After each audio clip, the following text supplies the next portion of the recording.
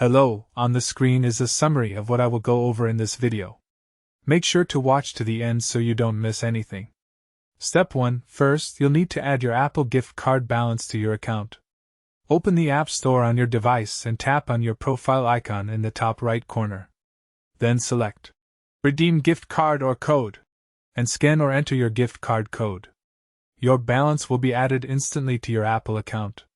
Step 2. Launch Brawl Stars and tap the shop icon at the bottom of the main menu. This is where you can purchase gems and other in-game items. Make sure you have enough funds in your Apple account before proceeding. Step 3. Select the gems package you want to buy. You'll see different bundle options ranging from small amounts to larger purchases. Each bundle shows the exact price so you know what you're spending. Step 4. Tap the purchase button and confirm your transaction. A pop-up will appear asking you to authenticate with Face ID or your Apple password. This security step protects your account from unauthorized purchases. Step 5.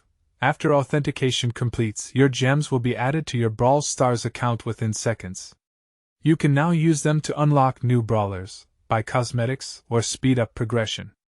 Keep your gift card codes saved in case you need them later for future purchases.